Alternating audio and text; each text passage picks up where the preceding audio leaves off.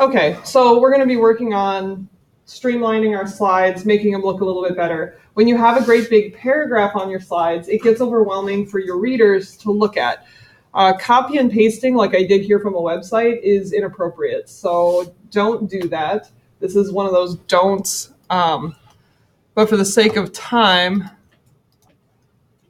I'm just going to fix it up a little bit. Okay, so something like this is really overwhelming. So what you need to do is go through and look at the information that you have. So this first section of text I have says 3-robot act compressor head consisting of 4-arm drummer stick boy, guitarist, bassist has launched a campaign to develop a 4th robot, a lead vocalist, and eventually become the first robot band to record an album.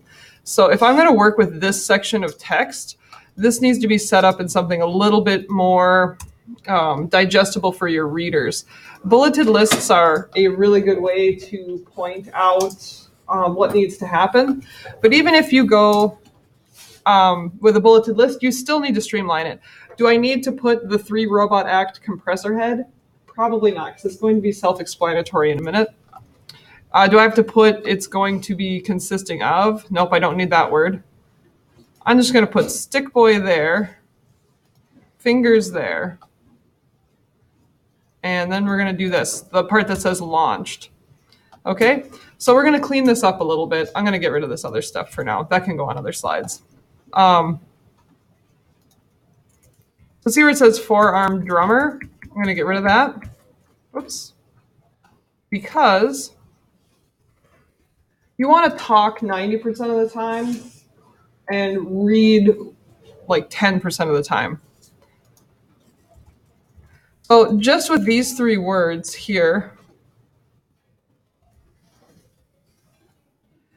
I've covered a lot of that first paragraph. It is a robot band. It's consisting of 3 members. So if you wanted to go like this, that would be fine.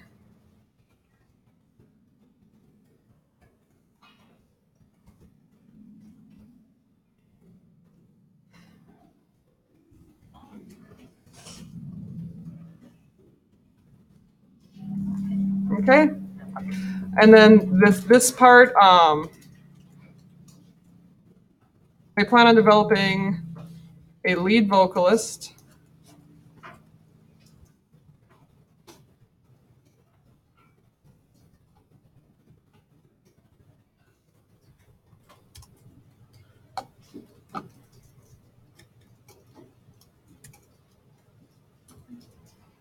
Okay, so do you see where I went with that and just made it a lot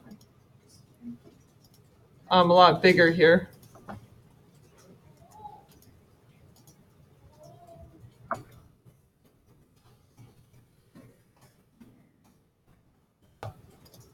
I got some extra scraps here. If you click on any of your objects, not only can you center them this way, and I wouldn't recommend centering them this way in a bulleted list, but you can also center stuff vertically in the object. There we go. And I just have extra spaces down here. Okay. Once you come up with your information, make sure that you've got all of your stuff in the bulleted lists capitalized. There should be very few words up here. If you have to add words to it or add notes, you should use the notes section in the lower portion of your screen. If you want to print your notes and have those available to you, I'll make sure that you have access to those and we can print them like the day before or the day of the presentation so you've got them.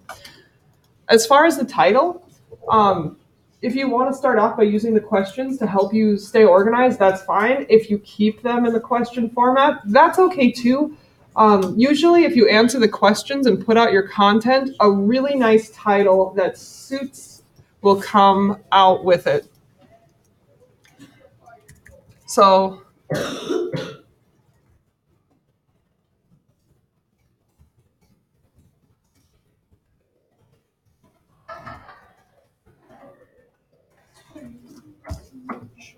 Okay?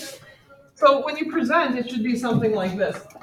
You'd have this up on the screen, and you would talk the amount of words I had up there originally. You would speak that much. These are just little reminders to you on what you need to say. And if you have your notes just to get finer details, that's fine. The last thing I want you to do is stand here and do this. What or who is compressor head, stick boy, drums, fingers, lead guitar, bones, bassist, developing fourth robot, a lead vocalist, eventually become the first 100% robot band. No. Your audience is over here. You need to be talking to everybody out here, to the people. Okay? It's like you look, get a note, speak. So instead of just saying stick boy, drums, I know you can read that. You can read that. I would probably elaborate a little bit more. Know your robot. Stick boy is the drum machine. He has 4 arms. He is accompanied by a smaller assistant that's a hi-hat, and they call him Stick Boy Jr. So you would know this much about your robot and just read this much and say that much. Does that make sense what I just did there? Okay. And it takes practice, and I understand that, you don't present on a daily basis, but it's something to work forward to. And some of you are really, really confident. So that's what we're going for. As far as pictures, be careful with pictures. Don't put a picture on a slide unless you're going to talk about it. If I was going to put a picture on a slide, for example, let's grab a picture of Stick Boy.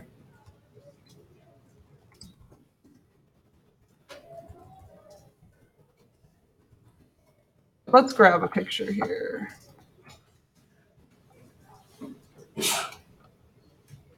Let's see if we can find one with him and hi-hat.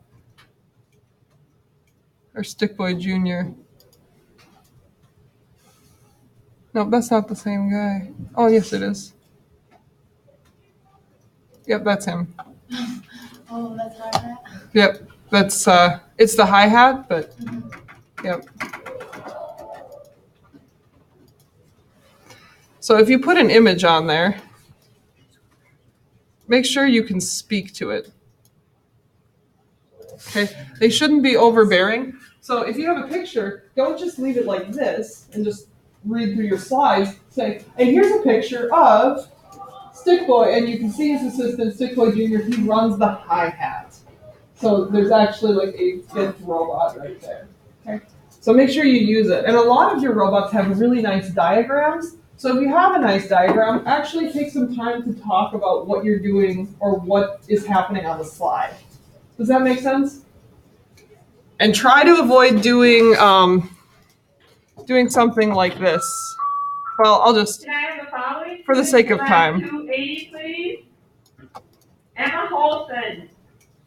Let's see here. Emma Olson. Trice Johnson. Michaela Miranda. Nathan Hansen.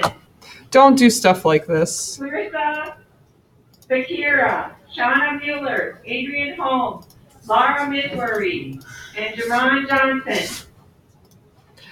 That's really hard to read. That makes it really difficult. That's not good. So I would avoid using photographs as background for the most part. There are very few photographs that make a good background. For a photograph to make a good background for a slideshow presentation, it needs to be pretty much all one color or mostly one color or large section of color. Need Samantha Hinkleday, Monique Lacroix, and Ubeda Udalazi to lab 280. And not have a lot of detail. So if it has a lot of objects or a lot of busyness in the picture, it's probably not going to be a good one for the background image. Okay? That's about it. Are there any questions?